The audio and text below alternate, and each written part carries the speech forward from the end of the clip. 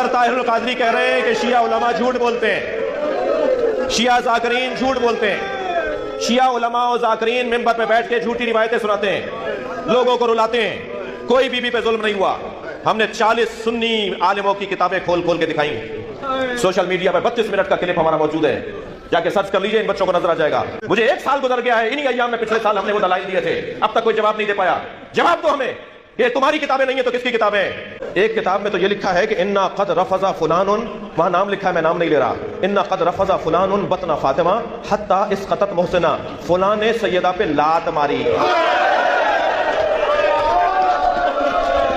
حتی اسقطت محسنہ، جس کی وجہ سے محسن شہید ہو گیا۔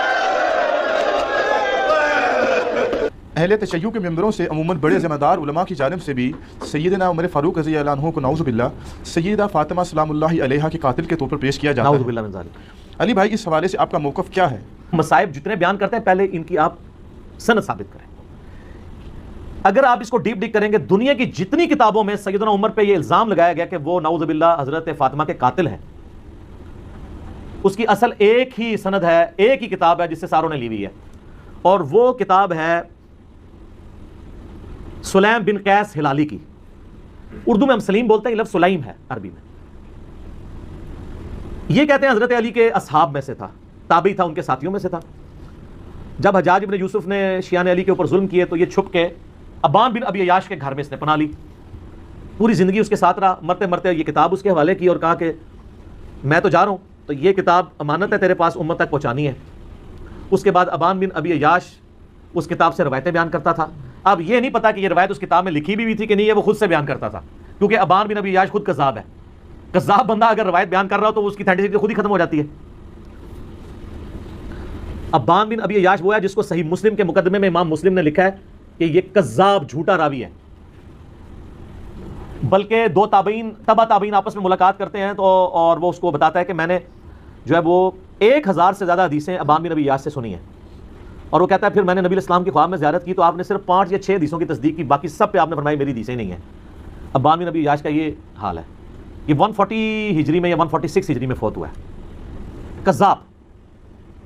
یہ اس نے واقعہ گھاڑ کے بیان کیا ہے۔ دنیا میں جہاں بھی آپ کو واقعہ ملے گا نا، ابان بن ابی عیاش کے حوالے سے ملے گا، اور وہ کہے گا جی مجھے جو کتاب ملی تھی سلیم بن قیس ہلالی کی، اس سے۔ اور یہ نہ سمجھیے گا یہ صرف سنی سے کہہ رہے ہیں کذاب ہے۔ علامہ خوئی جو ہیں اہل تشیع کے، وہ بھی کذاب سمجھتے ہیں اسے، شیعہ کے نزدیک بھی جھوٹا راوی ہے، لیکن یہ سودا چونکہ وہ ذاکرین نے بیچنا تھا، اور مجھے دکھ ہے بعض علماء بھی یہ سودا بیچ رہے ہیں شیعہ کے، ان کو تو کم از کم شرم و حیا کرنی چاہیے کہ اس کی سند ثابت بھی ہے کہ نہیں۔ پہلے تو سند کے ساتھ واقعہ ثابت کریں، اگلی بات تو بعد میں ہوگی۔ جب ایک چیز ثابت ہی نہیں ہے اور آپ وہ سودا بیچ رہے ہیں اور اتنی بڑی بات کر رہے ہیں، بالکل جھوٹا واقعہ ہے یہ۔ کوئی سیدنا عمر قاتل فاطمہ نہیں ہے، ورنہ مولا علی پوری زندگی کبھی بھی کمپرومائز نہ کرتے۔ مولا علی کو یہ حدیث نہیں پتا تھی، بخاری مسلم دونوں میں حدیث ہے، فاطمہ میرے جگر کا ٹکڑا ہے، جس نے فاطمہ کو تکلیف دی اس نے مجھے تکلیف دی، اور جس نے فاطمہ کو قتل کیا ہو مولا علی اس کے ساتھ ہوں، اور اپنی بچی کا رشتہ ام کلثوم کا اس کو دے دیں۔ اور یہ وہ چیز ہے جو شیعہ کی کتابوں میں موجود ہے۔ وہ تعویل کرتے ہیں کہ جی وہ زبردستی لیا تھا، انکاری کوئی نہیں ہے۔ ذاکرین انکاری ہو جائے، ذاکرین تو ہے ہی جاہل ہے نا، ان کے پاس تو علم ہے ہی نہیں ہے۔ حضرت عمر چاہتے تھے میری اہل بیت کے ساتھ نسبت کام آئے، مجھے قیامت والے دن تو حضرت علی سے ان کی بچی کا رشتہ مانگا، تو اس طرح ہوتا۔ پھر حضرت علی رضی اللہ تعالیٰ عنہ چیف جسٹس کا عہدہ قبول کرتے حضرت عمر کے دور کے اندر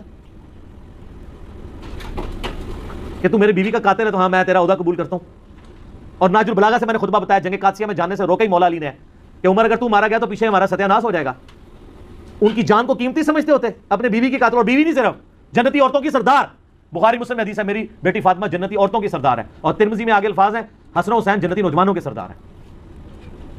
تو ہم تو مولا علی کے ساتھ کھڑے ہیں بھی علیہ السلام۔ وہ شیخین کے ساتھ رہے، خلفائے ثلاثہ کے ساتھ رہے۔ میرا یوٹیوب پہ کلپ ہے خلفائے ثلاثہ کی شان مولا علی کی زبانی ناج البلاغہ سے، سنی کتابوں سے نہیں، شیعہ کی ناج البلاغہ سے، لاکھوں لوگوں نے دیکھا ہے، ایچ ڈی کیمرے میں میں نے سارے خطبات دکھائے ہیں۔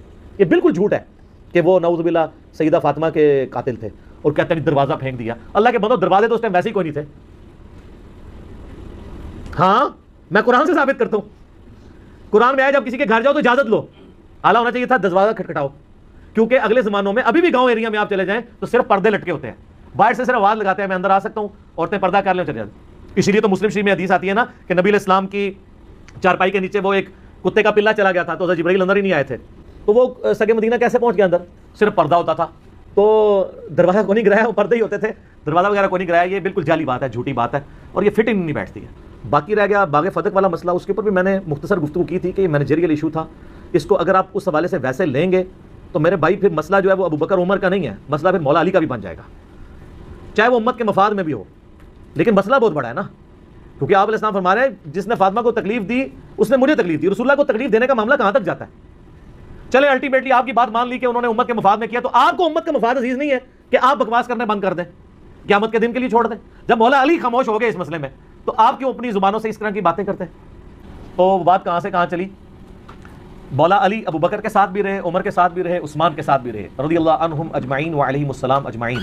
لہٰذا اگر یہ سیدنا عمر قاتل فاطمہ ہوتے نعوذ باللہ من ذالک تو ایسا معاملہ نہ ہوتا. جھوٹ نہ بولا جائے، مصائب کو چسکا لے کے بیان کرنا بغیر سند کے، اور اس میں بالکل علم کی پرواہ نہ کرنا اور جذبات کے ساتھ کھیلنا لوگوں کے، یہ بالکل علمی ظلم ہے.